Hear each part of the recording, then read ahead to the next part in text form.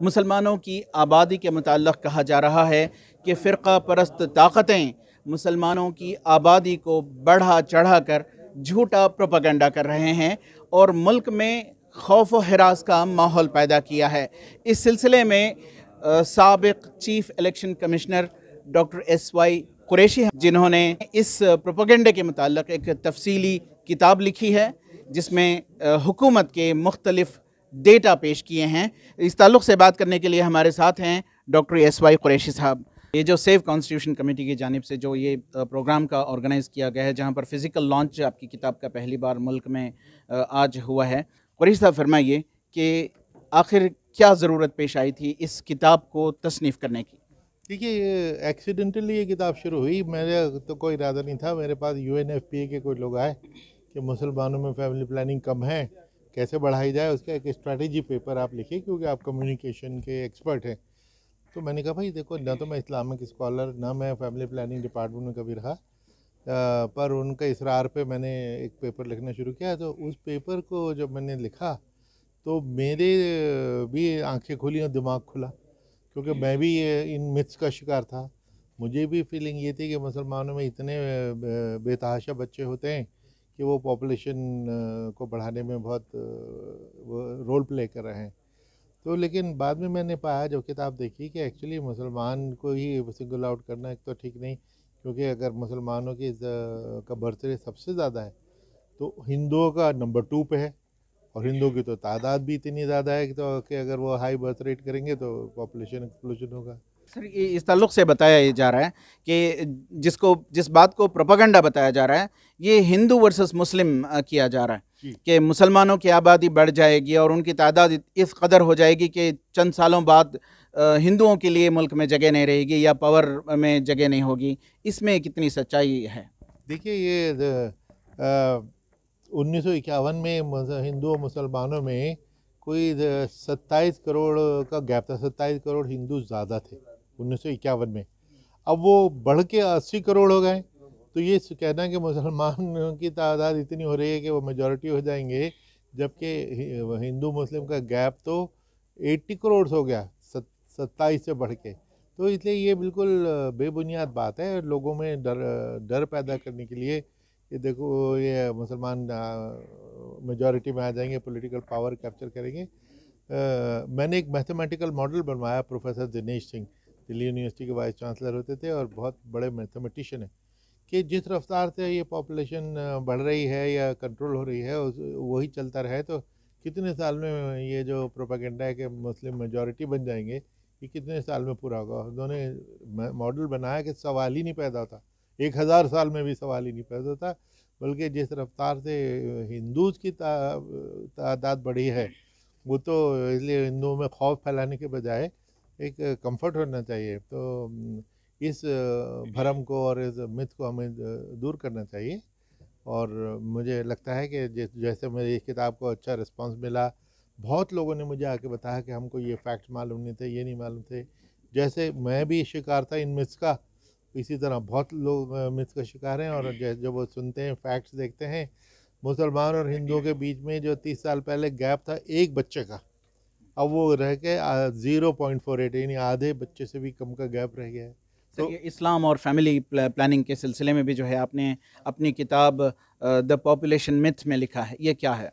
कि मैंने इस्लाम के में भी ये कहा है कि वैसे मुसलमानों में भी कुछ मिथ हैं, वो हटने चाहिए, क्योंकि मुसलमानों को, काफ़ी मुसलमानों में ये वहम है, ये भरम है कि इस्लाम फैमिली प्लानिंग के ख़िलाफ़ है।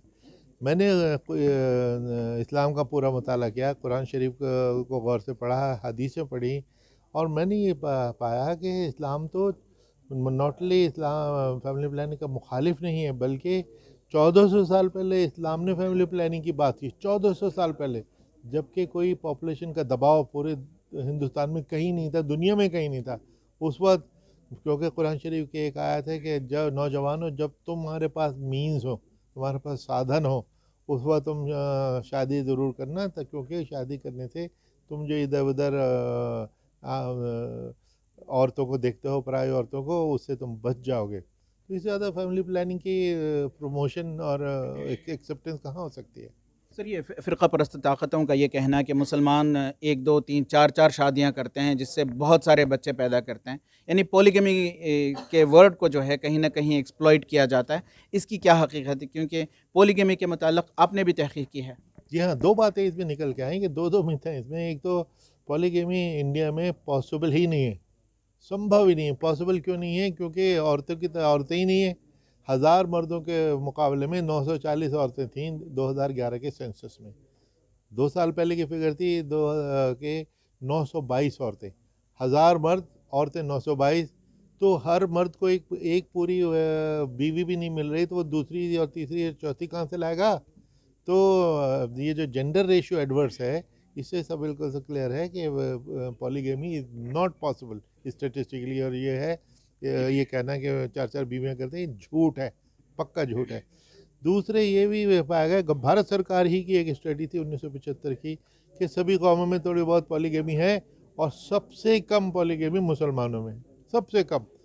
तो इसलिए मेरी मुसलमानों से भी अपील है कि भाई अगर तुम पॉलीगमी करते ही नहीं हो, तो फिर इसके लिए आप लड़ने मरने को क्यों तैयार हो जाते हो? आप डिमांड करो कि common civil code, uniform civil code आता है, अच्छी बात है। पॉलीगमी पे थोड़ी बहुत भी है तो उस पर पाबंदी लगनी चाहिए। तो और लार्ज स्केल तो जैसे मैंने बताया हो ही नहीं सकती, कि औरतें तो हैं ही नहीं। सर, आखिरी सवाल, ख़ासकर हम देखते हैं कि इसमें उलमा की क्या ज़िम्मेदारी है? फैमिली प्लानिंग भी एक मिथ है मुसलमानों में, बेदारी ना होने की वजह से। तो ऐसे में उलमा इकराम की क्या ज़िम्मेदारी है? देखिए, सबसे पहले तो उलमा इकराम को खुद समझना पड़ेगा कि फैमिली प्लानिंग के बारे में इस्लाम क्या कहता है, और फैक्चुअली फैमिली प्लानिंग की क्या पोजीशन है, उनको भी इन फैक्ट का इल्म होना चाहिए। मैंने एक दफ़ा मैं पंजाब वक्फ बोर्ड का एडमिनिस्ट्रेटर था, तो मैंने हरियाणा के इमामों को कहा कि भाई आपके पास लोग इतने लोग आते हैं, आपकी बात का इतना असर होता है, आपको ये कैसे बर्दाश्त कि कोई बच्चा टीका लगने से रह जाए, कोई लड़की स्कूल से विड्रॉ कर ली जाए कि जी वो बालिग होने लगी है, उसको स्कूल से विड्रॉ कर लें, ये कैसे बर्दाश्त कर लेते हैं आप? फिर इसी बात में निकला कि आप पल्स पोलियो कैंपेन को आप क्यों नहीं लॉन्च करें? तो कह लेंगे हम करेंगे। 1000 इमामों ने 400 टीमें बना के गुड़गांव ज़िले में, ये 1995-96 की बात है, गुड़गांव ज़िला पूरे देश में टॉप किया। तो हमने इमामों को अगर एक अच्छा एजेंडा दिया और उन्होंने इतने बढ़ चढ़ के हिस्सा लिया और उसका रिजल्ट दिखाए, अखबारों ने उसकी तारीफ़ की, एडिटोरियल लिखे, जो मैंने अपनी किताब में 2-3 न्यूज़पेपर कटिंग के फ़ोटो छापे हैं इसमें।